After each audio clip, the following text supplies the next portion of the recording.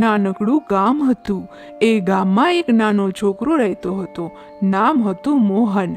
મોહન બહુ જ ભોળો અને નિર્દોષ હતો. તેને ભગવાન સ્વામિનારાયણ ઉપર ખૂબ વિશ્વાસ હતો.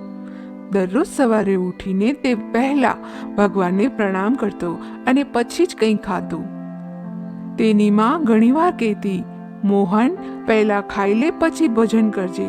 પણ મોહન હસીને કહેતો, ના માં, પહેલા ભગવાન પછી બધું. એક દિવસ ઘરમાં ખાવા માટે કંઈ નહોતું. મોહનની માં ખૂબ જ ચિંતામાં પડી ગઈ. મોહન ભૂખ્યો હતો, પણ તે શાંત રહીને ભગવાનની મૂર્તિ સામે બેઠો અને પ્રાર્થના કરવા લાગ્યો. હે સ્વામિનારાયણ ભગવાન, આજે અમને ભોજન આપજો. થોડી જ વારમાં ઘરના દરવાજા પર ટકોરા પડ્યા. મોહન દોડીને દરવાજો ખોલે છે. બહાર એક અજાણ્યો સંત ઊભો હતો.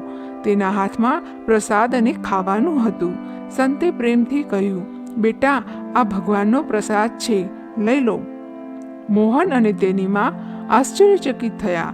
તેઓએ આનંદથી ભોજન સ્વીકાર્યું. જ્યારે મોહન પાછો જોઈને સંતને આભાર કહેવા ગયો, ત્યાર સુધીમાં તો સંત ગાયબ થઈ ગયા હતા.